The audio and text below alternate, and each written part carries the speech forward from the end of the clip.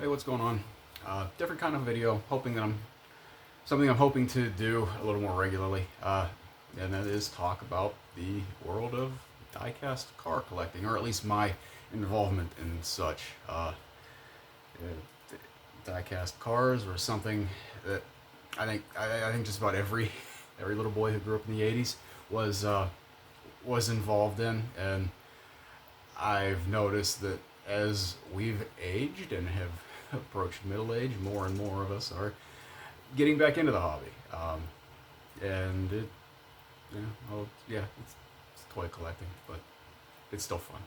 And uh, you get excited. I've gotten exposed to a lot of like cars, like actual cars that I wouldn't have known about otherwise.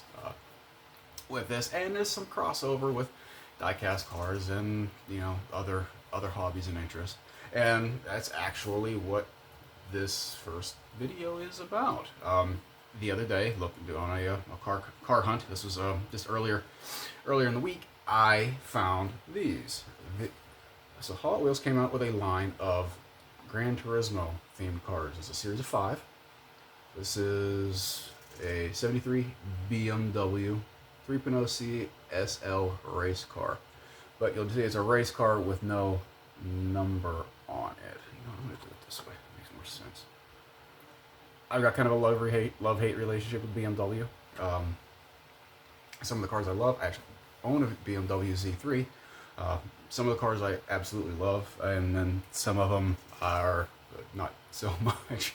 I think the brand maybe is a little overhyped, and everything that I know about modern BMWs, once they break down, good luck affording to have them repaired. I don't know if that's true or not, but I have seen YouTube mechanics say they won't even touch modern BMWs. So I don't know. Take it for what it's worth. They also have a 2020 Toyota Supra. This is my favorite car out of the series of 5 that they've released, and it also looks like this is going to be the one that's going to be the hardest to get. I was lucky to find this one. This was the only one on the shelf. I was lucky to find any of these, to be honest. I have a feeling in a week they'll be gone, or at least most of them will be. But yeah, I was happy to find the Supra. I like the modern Supras. I've heard Supra enthusiasts don't care for the power plant in them as much, and I don't know why. It was some deal with Mercedes or something like that. It wasn't a pure Toyota engine, which I could understand, but the from my standpoint, I'm just looking at the styling. I'm never going to own a Supra. I can't imagine I would ever own a Supra, so I'm not that ingrained into the culture of those cars. But yeah, if that is true, and people who are waiting for a re-release of the Supra were wanting a true to form Toyota power plant, and that's not what they got, then I could understand why they'd be upset. But like I said, it's not really something that affects me or my like of the styling of the car. I think they're gorgeous cars. Probably, in my opinion, probably the best looking car I've seen in person in 5 years in terms of new automobiles. Next one up, and I would figure this would be the chase car, like the one that people were going after, the Porsche 911 GT3. There were tons of these on the shelf, and I was surprised. It seems like Porsches usually get snagged up, but out of all the cars, out of these 5, that was the one that there was the most of. Well, no, that and the BMW. They were kind of neck and neck. The other one, this was another one that was hard to find. There was only, I think, 2 on the shelf when I got this one. 2017 Nissan GTR. I don't know. I mean, I know a little bit about these cars. I don't know a ton about them. It was the GTR was what came after the Skyline. I liked the Skylines from the Gran Turismo game. That's actually how I got introduced to a lot of these Japanese cars, was the Gran Turismo game. I didn't, because it came out when I was in high school. Well, no, I was out of high school, but barely. And internet wasn't a huge thing. we didn't know what Skylines were, at least amongst my circle of friends. It wasn't a car that we were going to see, Western Pennsylvania. We're not going to see one driving around. Um, so yeah, it was just a car that we didn't know about, but it completely kicked ass in the game, so it became a favorite pretty quick. And then the last car of the series, and this card has a little ding in it. 2020 Ford Mustang Shelby GT500. I'm not the biggest Mustang guy in the world, but I do think that this car in particular is pretty sharp. I don't have a whole lot of comments on it other than it was a nice addition. Although I don't know that Mustangs necessarily fit with Gran Turismo quite as much. For whatever reason, I don't know. Whenever I'd play the game, I never liked playing. I shouldn't say never, but I generally didn't like playing the American automobiles. I usually liked playing the stuff from Japan and Europe. But that also prompted me to dig this out. I'd forgotten that I'd had. Well, I didn't forget that I had this. I just haven't looked at it in a long time.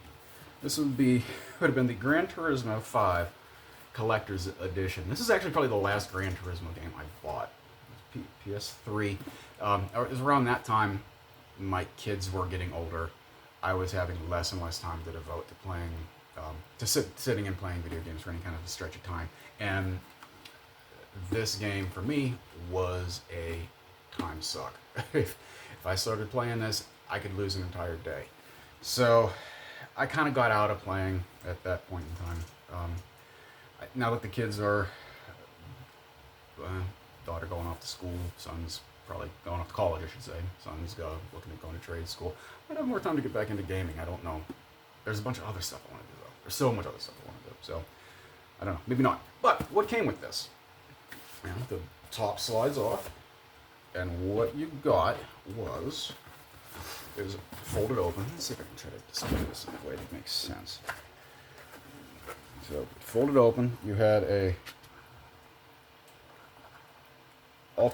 Apex Ultimate Car Guide. If I remember right, I don't have the game in here. The game package is with my other games. But I believe what this was kind of like a driver's manual for in the game. It explained a lot about cars and handling and what just I never really dug into this. I probably ought to. Gives a rundown of a lot of the cars in the game. It might have been all the cars in the game, to be honest. Description of the tracks. Yeah, just a lot in this that I've never even looked at. In fact, this is the most I've looked at this since I bought it. I should give that a tumble. This is just this is the... Oh, no, I'm not gonna... That doesn't matter. But this is the code for the game is on the back to download. Oh, this is for the downloadables. Downloadable exclusive collector's edition Chrome Line car pack. So you got the collector's edition. It came with a code. You'd enter the code. You'd get bonus cars in the game. A certificate of authenticity, serialized 55966, which I don't know how many were made, but that's kind of neat. A Gran Turismo keychain, which I've taken out here to look at, but I haven't used it. I didn't want to get all marked up and everything, but it's kind of, how this works is kind of neat. It's swiveled there. And to be honest, this is, if you look, that GT is laser etched. My previous job that I had, I actually worked for a company that made the machines that did that kind of laser etching. And had I thought about it at the time, I may have gotten my name laser etched on this, if not on the front, then on the back. But you know what? I can actually still do that. I still know. I'm still keeping in touch with one of the guys that works at it. Maybe I will have this done. If I do, that would actually make a kind of a neat video. And then the last thing, and this was kind of the big deal of the collector's edition, if I can get it out of here, and why there's a tie-in. Like I said, there's a tie-in with Diecast collecting. this collector's edition. It was a GTR Spec V 2009. So older than this is 2017. To be honest, though, visually I can't see a big difference between the two cars in terms of styling. But yeah, and this is actually the most detailed diecast car I have. If you can see that it's got, the camera isn't going to want to focus on these very well, but it's got the brake rotors and the calipers and everything. I've never even opened this box. Oh, and this is actually kind of another weird thing too. Manufactured by Kyosho, which is a name familiar with me from my years of being semi-active with radio control cars. They're a big radio control car manufacturer. And so yeah, when I got this and I opened up the box, and I was like, oh, Kyosho, that's kind of weird. I didn't realize they did this kind of stuff. And maybe they had just started around the same time with this, but I only knew them from RC Cars. So put this back, and I'm sure you've noticed the 3D printer working in the background and wondering, what is that all about? Well, right now I have that printing these. Now, what are these? These are, I'll use this to show it a little better on the camera, stands for holding the cars with the full card. And let's show up on camera. Yeah. So this was something that I designed out of this specifically. Anyway, it's not designed. The concept I didn't come up with, but the actual print for this. It was my design. I did it kind of out of necessity because I wanted a way to display some cars, and there wasn't nothing really on the market that did what I was looking for. Other people have printed these up, similar things to these up before. I like mine a little better. I think mine's a little showier than it uses a little more filament and everything, but I think it's a little showier. I think it shows off the car better. But anyway, the reason why I'm printing a bunch of these is these are eventually going to be going up on sale on eBay and Etsy if I can figure out how Etsy works. As I understand, it's pretty easy, but I haven't messed with it. I've never bought anything off there. I take that back. I think I did buy something off of Etsy for my daughter once. So it's just something I'm going to try to do. Try to make a little extra money with the hobby, and maybe it'll turn into something a little bit bigger than that. Who knows? I have come up with other designs for prints for non-related stuff, not related to diecast, that I actually think people would like. It's just how do you market stuff like that? But anyway, that's it for this video. I definitely have to change the space up a little bit. I need better lighting. Obviously, I'm looking at myself in the camera, and I am shadowy. Like I said, the pictures have to go away, and this pipe here, I'd like to cover up. That's a project that's been nagging at me for 15 years.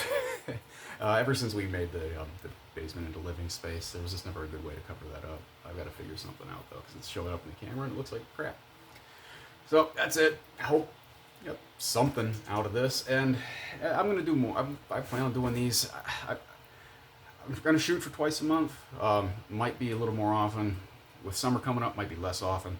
But we'll see how it goes. And like I said, I do want to, not that I think he's ever going to see the video, but the guy who's kind of inspired me to do this is a guy whose channel is called The Hotline at Diecast.